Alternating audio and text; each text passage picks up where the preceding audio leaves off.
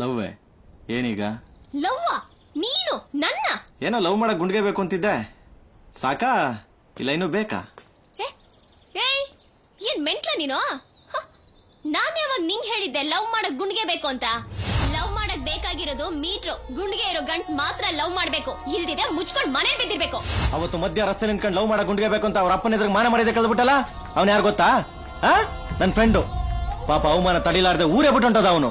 ಮಗ ಇವತ್ ಬರ್ತಾನೆ ನಾಳೆ ಬರ್ತಾನೆ ಅಂತ ಅವ್ರ ಅಪ್ಪ ಅಮ್ಮ ಅವ್ನು ಬರೋ ದಾರಿನ ಕಾಯ್ತಾ ಕೂತವ್ರೆ. ನಿಂಗೊಂದ್ ಸ್ವಲ್ಪ ಬುದ್ಧಿ ಬೇಡ? ಅಯ್ಯ ಅದಕ್ ನಾನೇನಯ್ಯ ಮಾಡ್ಲಿ?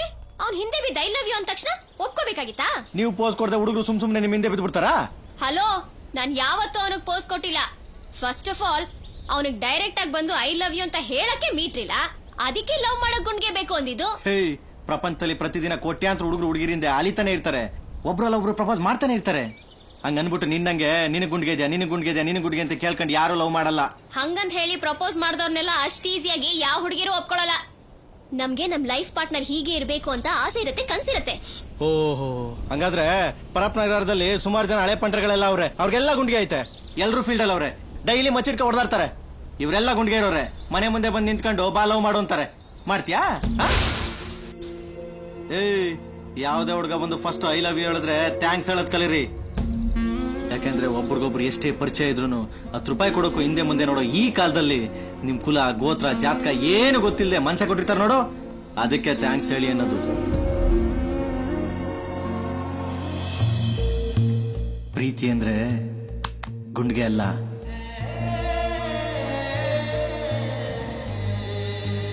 ಫೀಲಿಂಗ್ಸ್.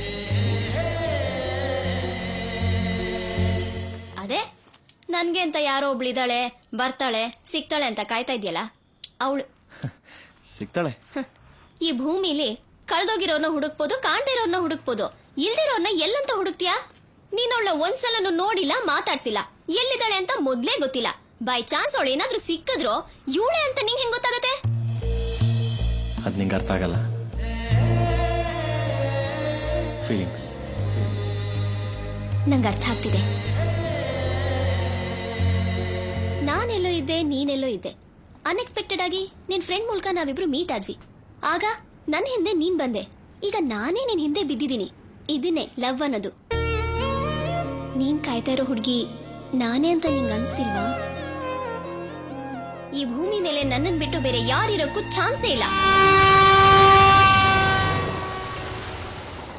ನಾನು ನೋಡ್ತೀನಿ ನನ್ನನ್ ಬಿಟ್ಟು ನಿನ್ ಲೈಫಲ್ಲಿ ಅದ್ ಯಾವಳು ಬರ್ತಾಳೆ ಅಂತ.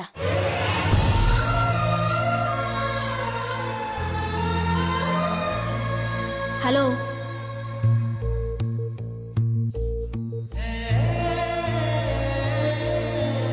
ಫೀಲಿಂಗ್ಸ್.